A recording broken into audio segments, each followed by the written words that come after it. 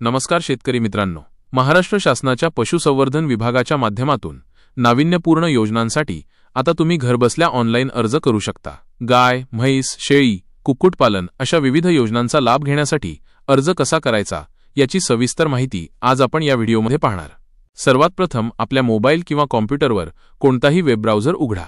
त्यानंतर ॲड्रेस बारमध्ये ahmahbms.com ची लिंक ही वेबसाईट टाईप करून एंटर करा। वेबसाईटचे होमपेज स्पष्टपणे दिसते। अर्जदार नोंदणी हा पर्याय हायलाइट होतो। वेबसाईट उघडल्यानंतर तुम्हाला अनेक पर्याय दिसतील, त्यापैकी अर्जदार नोंदणी या पर्यायावर क्लिक करा। आता तुमच्यासमोर अर्जदाराची माहिती भरण्याचा फॉर्म उघडेल। येथे तुम्हाला खालील माहिती काळजीपूर्वक भरायची आहे। आधार कार्ड नंबर, या ठिकाणी तुमचा 12 अंकी आधार कार्ड क्रमांक अचूकपणे टाका। वय, तुमच्या आधार कार्डानुसार तुमचे सध्याचे वय नमूद करा। पहिले नाव, अर्जदाराचे पहिले नाव लिहा। वडिलांचे नाव, पतीचे नाव, जर अर्जदार पुरुष असेल तर वडिलांचे नाव आणि स्त्री असेल तर पतीचे नाव लिहा। आडनाव, अर्जदाराचे आडनाव टाका। लिंग, तुम्ही पुरुष आहात की स्त्री हे दिलेल्या पर्यायातून निवडा। मोबाईल नंबर, तुमचा चालू असलेला मोबाईल नंबर येथे टाका। याच नंबरवर तुम्हाला अर्जासंबंधी महत्त्वाचे अपडेट्स मिळतील। ईमेल आयडी असल्यास, तुमचा ईमेल आयडी असल्यास तो नमूद करा। जिल्हा, या ड्रॉपडाऊन मेनूमधून तुमचा जिल्हा निवडा, उदाहरणार्थ नागपूर। तालुका, निवडलेल्या जिल्ह्यानुसार तुमचा तालुका निवडा।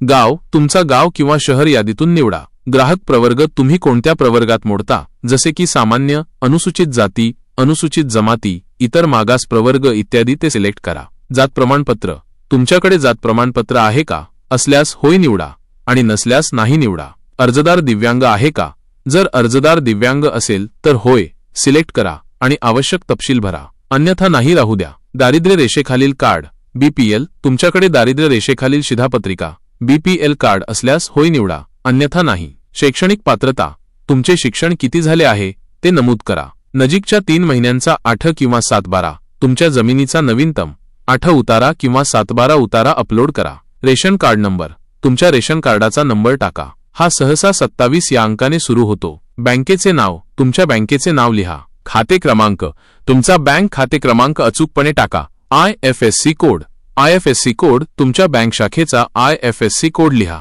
बँकेची शाखा, तुमच्या बँकेची शाखा कोणती आहे ते नमूद करा। अर्जदाराचा फोटो अपलोड करा। तुमचा पासपोर्ट साईज फोटो येथे अपलोड करा।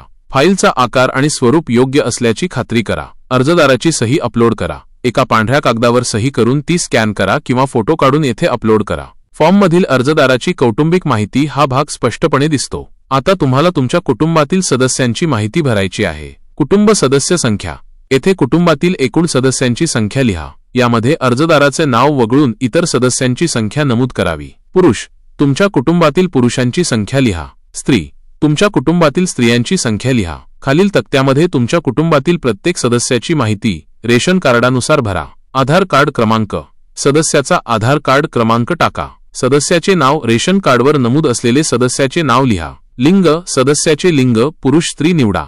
वय, सदस्याचे वय लिहा। सर्व माहिती भरून झाल्यावर मी नियम व अटी वाचल्या आहेत आणि त्या मला मान्य आहेत या चेकबॉक्सवर क्लिक करा। त्यानंतर पुढे चला या बटनावर क्लिक करा। पुढे चला या बटनावर क्लिक केल्यानंतर तुम्हाला पशुसंवर्धन विभागाच्या विविध योजनांची यादी दिसेल। तुम्हाला ज्या योजनेचा लाभ घ्यायचा आहे ती योजना काळजीपूर्वक निवडा। उदाहरणार्थ, गाय खरेदी योजना, म्हैस खरेदी योजना, शेळीपालन योजना किंवा कुक्कुटपालन योजना। योजना निवडल्यानंतर अर्जाचा पुढील भाग तुमच्या स्क्रीनवर दिसेल। यामध्ये तुम्हाला निवडलेल्या योजनेनुसार काही विशिष्ट माहिती भरायची आहे। ही माहिती खालीलप्रमाणे असू शकते। पशुधनाची माहिती, जर तुम्ही गाय, म्हैस किंवा शेळी खरेदी योजनेसाठी अर्ज करत असाल तर तुम्हाला जनावरांची संख्या, त्यांची जात आणि इतर आवश्यक तपशील विचारले जाऊ शकतात। शेडची माहिती, कुक्कुटपालन किंवा तत्सम योजनेत तुम्हाला शेडची जागा, क्षमता इत्यादी माहिती द्यावी लागू शकते। आर्थिक तपशील, काही योजनांमध्ये तुमच्या गुंतवणुकीबद्दल किंवा बँकेच्या कर्जाबद्दल माहिती विचारली जाऊ शकते। या भागामध्ये तुम्हाला काही प्रश्नांची उत्तरे होय किंवा नाहीमध्ये द्यायची आहेत। उदाहरणार्थ, तुम्ही यापूर्वी या योजनेचा लाभ घेतला आहे का, तुमच्याकडे योजनेसाठी आवश्यक जागा उपलब्ध आहे का, अशा प्रकारचे प्रश्न असू शकतात। प्रत्येक प्रश्नाची माहिती काळजीपूर्वक वाचा आणि अचूक उत्तर द्या। अर्ज सादर करणे आणि प्रिंट काढणे, सर्व आवश्यक माहिती भरून आणि होय नाहीमध्ये उत्तरे दिल्यानंतर तुम्हाला अर्ज सबमिट करा, सबमिट किंवा तत्सम बटन दिसेल, त्यावर क्लिक करून तुम्ही तुमचा अर्ज सादर करू शकता। अर्ज यशस्वीरित्या सादर झाल्यावर तुम्हाला अर्जाची प्रिंट काढण्याचा पर्याय मिळेल। या अर्जाची प्रिंट नक्की काढून घ्या आणि ती व्यवस्थित जपून ठेवा. भविष्यात जेव्हा तुम्हाला तुमच्या अर्जाची स्थिती तपासण्याची आवश्यकता असेल किंवा इतर कोणत्याही कामासाठी या प्रिंटची गरज भासेल. व्हिडिओ शेवटपर्यंत पाहिल्याबद्दल आपले मनपूर्वक धन्यवाद. आम्ही आशा करतो की ही माहिती तुमच्यासाठी उपयुक्त ठरेल आणि तुम्ही सहजपणे ऑनलाईन अर्ज करू शकाल. पशुसंवर्धन विभागाच्या योजनांचा लाभ घ्या आणि आपली प्रगती साधा. धन्यवाद.